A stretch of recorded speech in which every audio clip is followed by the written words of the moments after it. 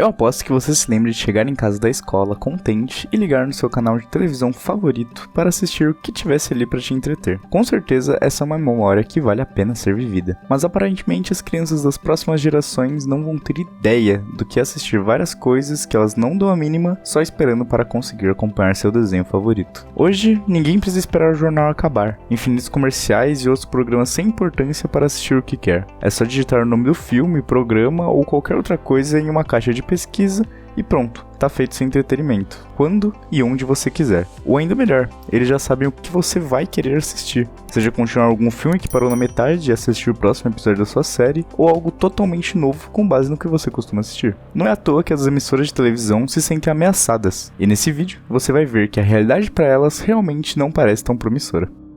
A substituição do rádio pela televisão como meio de entretenimento e informação foi um processo gradual que ocorreu ao longo de várias décadas e envolveu mudanças significativas na tecnologia, na economia e na cultura da mídia. No início do século XX, o rádio era a principal forma de comunicação de massa, com programação que incluía notícias, música, dramas e outras formas de entretenimento. No entanto, na década de 1930, a televisão começou a surgir como uma nova tecnologia capaz de transmitir imagens e som em tempo real. Inicialmente, a televisão era vista como um experimento técnico e não tinha programação regular. No entanto, na década de 1940 começaram a ser realizadas transmissões regulares de TV em algumas cidades dos Estados Unidos. A programação incluía notícias, esportes, dramas, comédias e outros programas, que rapidamente se tornaram populares entre o público. A partir dos anos 1950, a televisão tornou-se cada vez mais popular, com o aumento da produção de aparelhos de TV e a expansão da programação. Isso levou a um declínio gradual do rádio como meio de entretenimento e informação, com muitas estações de rádio mudando sua programação para música popular e programas de entrevistas, para atender a uma audiência que preferia assistir a televisão em casa. No entanto, o rádio não desapareceu completamente, e em muitos lugares continua a ser um meio importante de comunicação, especialmente para notícias, música e programas especializados. Além disso, a internet e os podcasts reacenderam o interesse no áudio como uma forma de entretenimento e informação, permitindo que as pessoas ouçam programas em dispositivos móveis em qualquer lugar.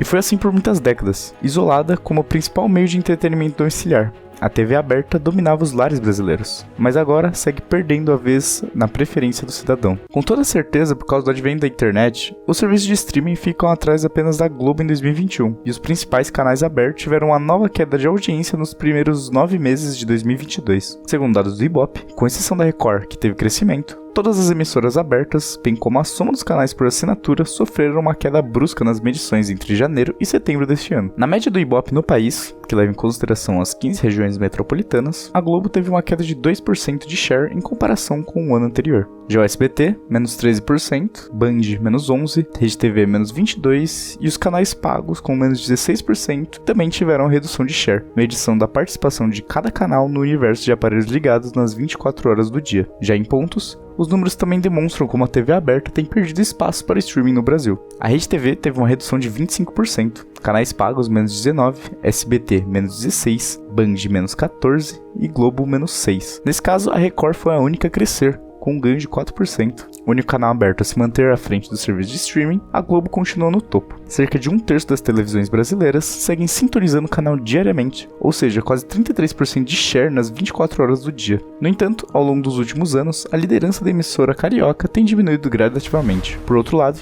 as plataformas online seguem crescendo aceleradamente e tiveram cerca de 34% a mais de share, porcentagem de TV ligadas em algum serviço, em comparação a 2020. Pesquisador e professor do mestrado em Economia Criativa da Universidade Católica de Brasília, Alexandre Killing, avalia que, seguindo esse crescimento, é possível que o streaming supere canais abertos, mas pondera que a tendência é por um sistema híbrido, onde as plataformas e a TV aberta se complementam. Para as emissoras de TV, é só mais um sistema de distribuição que ela tem que se adaptar. O que muda é que ela não vai mais colocar toda a sua carga de conteúdo na TV aberta ou fechada. O conteúdo vai continuar sendo o carro-chefe, mas a diversidade de alternativas para distribuir vai aumentar, disse ele. A principal faixa da TV aberta, conhecida como horário nobre, também viu seu prestígio diminuir. Quase todas as emissoras tiveram uma queda no share. A exceção é da Record, com um crescimento de 11%. Em contrapartida, os serviços de streaming cresceram 33% durante o horário nobre. Entre 2021 e 2022, o número de TVs ligadas no país durante 24 horas caiu 1 ponto no percentual, saindo de 38% para 37%.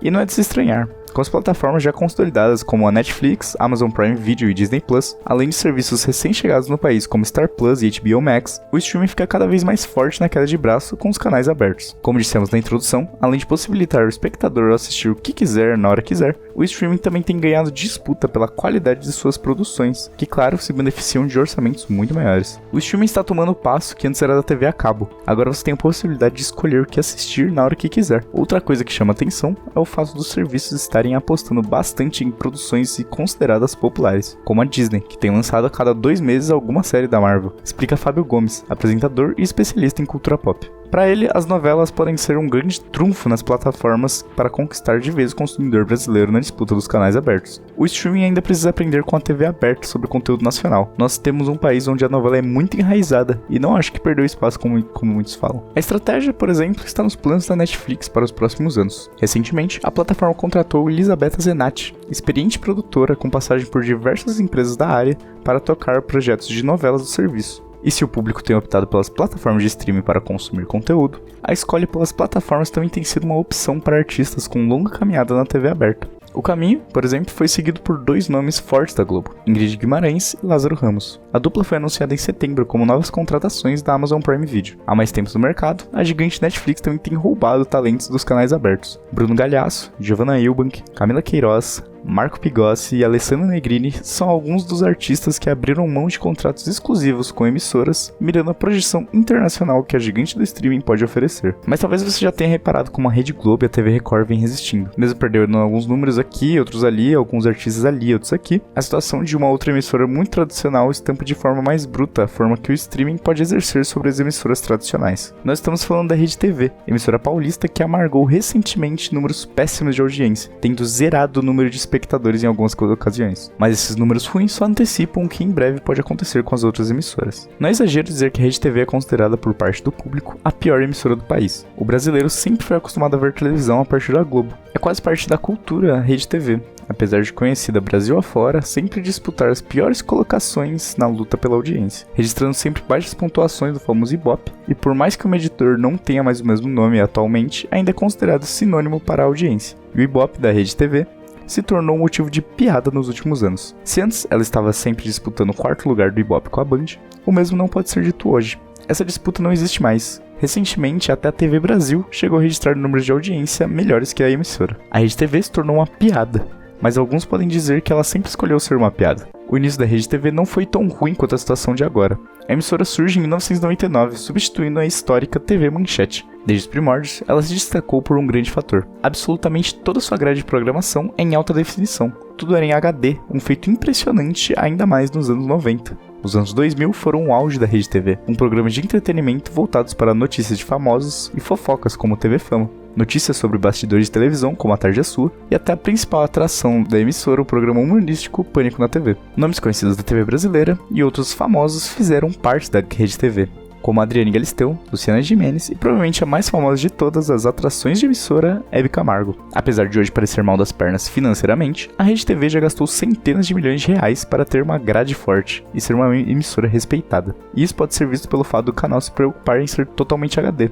Mesmo quando os programas não eram de grande audiência, o canal também se dedicou exibindo programas esportivos e até campeonatos de futebol internacionais. Mas mais do que isso, o canal ficou marcado por seus conteúdos de qualidade bastante duvidosa, e para muitas pessoas eram de baixo nível, como o Teste de Fidelidade do João Kleber. Esse apresentador também se destacou com o programa Você na TV, que era recheado de histórias ridículas e absurdas. Dessa forma, a emissora foi apontada no senso comum, e até no imaginário popular brasileiro como um canal que não era para ser levado a sério. Um dos fundadores e donos do canal, Marcelo de Carvalho, disse que esses conteúdos eram feitos porque o brasileiro não tinha interesse em conteúdos educativos, como aprender o funcionamento de um isótopo. Então, emissoras de sinal aberto, como a dele, precisavam priorizar e focar um público abrangente, que se contentaria com entretenimento superficial e divertido, que na realidade renderam bons índices de audiência para a emissora. Não, a Rede TV não era páreo para a Globo, e nem conseguiu combater a Record ou a SBT na disputa pelo 2º lugar de audiência. Mas ela ainda era muito importante. principalmente se compararmos com hoje, já que dizer qualquer coisa próxima disso em 2023 beira loucura.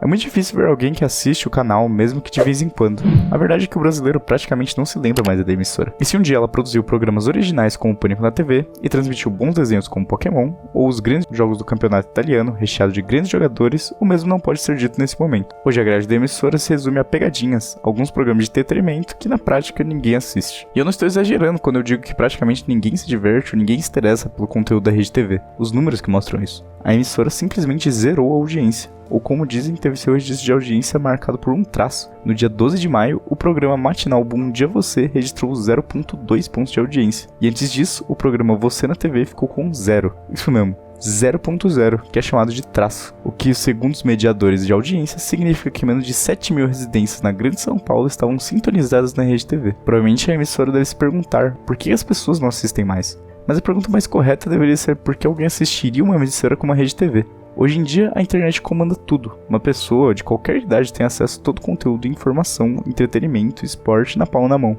A Rede TV parou no tempo. O que nos leva à pergunta: o fim da Rede TV é um sinal de que é o fim da televisão? Deixa aí pra gente nos comentários o que você acha. E sabe o que também pode estar chegando ao fim? O tempo dos aparelhos da Apple sendo vendidos no Brasil. Se liga só nesse vídeo que fizemos sobre como os aparelhos da maçã podem deixar de chegar nas terras brasileiras. No mais é isso, eu vou ficando por aqui e até a próxima.